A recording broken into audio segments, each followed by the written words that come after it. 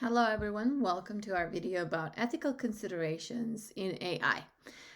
In the previous slide, we exposed you to a little funny video from South Park, the TV show, where the teacher is frustrated because he catches his students cheat with AI.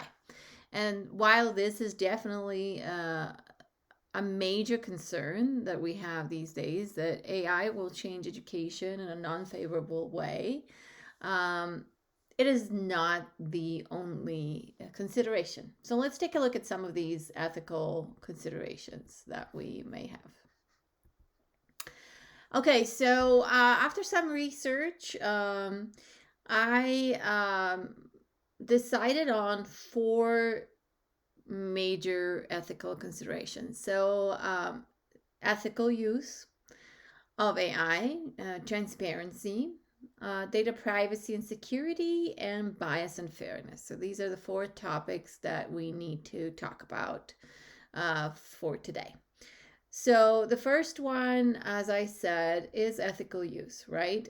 We need to stop worrying, in my opinion, about students cheating and instead educate them, empower them on how to use AI to enhance their learning, to improve their learning, right? Because if they use AI in a wrong way, it may have lifelong consequences for them.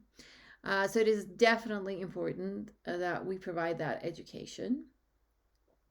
We also need to provide that education because, as you can see in my fourth point, bias and fairness, equitable access to tools in education is a major concern. We already have digital divide. We already have students who may not have access to tools or even internet.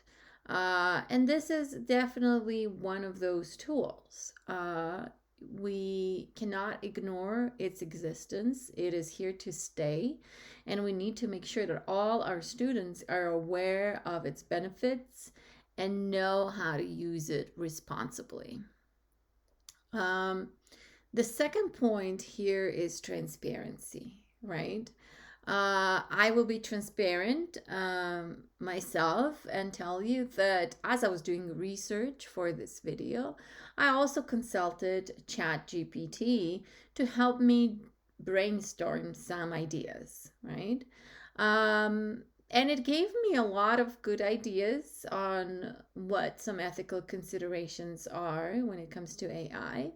But the list that it generated was also very long, repetitive. Not all the points were as strong points. So I had to use a lot of critical thinking to sort through some of those ideas. And I used some of them in this slide. I did not use others, and I combined a couple into a single point. And this is a very important skill, the critical thinking skill that we need to teach our students. So even though AI may be great for them as a brainstorming tool, they cannot take for granted everything that the AI generates, because it is definitely not a perfect tool. It has a lot of bias. At times, it can also be incorrect depending on the tool. So, but it is important to be transparent and cite our sources as we do for other things. In this case, we need to say that we used a certain tool. Just like I did for the image to the right, which is designed in Adobe Firefly.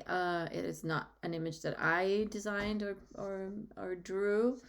And I noticed that as I was trying to download the image from Adobe Firefly, that Adobe was prompting me to be transparent. Another side of transparency is we need to do our due diligence and make sure that we know if this company is being ethical. Whose data are they using? Do they have permission to use their data? You probably noticed that Dr. Kane mentioned Adobe getting permission from the artists to use their images for free. So things like that, details like that are very important for us to maintain an ethical world, right, of education.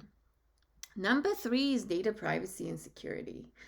We cannot make decisions about using AI in the classroom without consulting the parents, getting their informed consent, and without, again, doing our due diligence to know which student data is collected.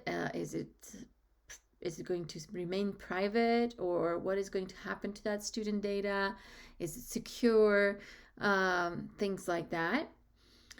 And then finally, the final bullet that I already talked about a little bit is bias and fairness. So we did mention equitable access.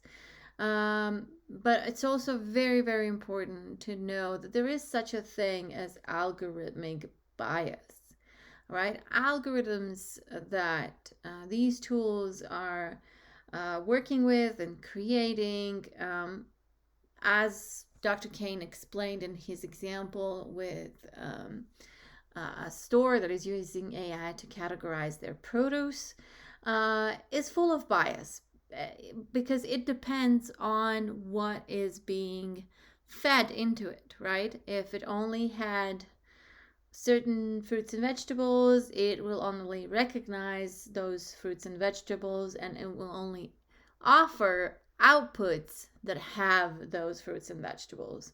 I did notice as I was working with Adobe Firefly that because it always offers you 4 different images, that it does offer people of different races and ethnicities, which is something that I liked. I thought it was a good thing. It meant that they were trying to be free of bias.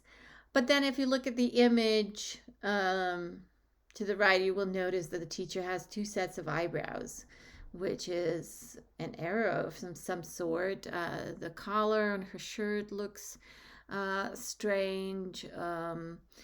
One of her cufflinks on her sleeves looks transparent, while the other one is not.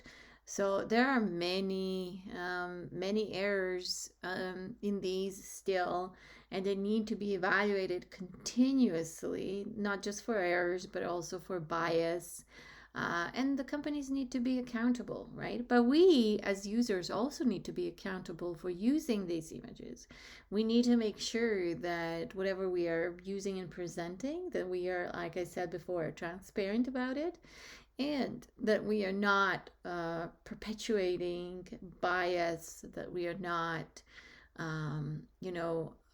using anything that is spreading false knowledge or stereotypes or anything of that sort.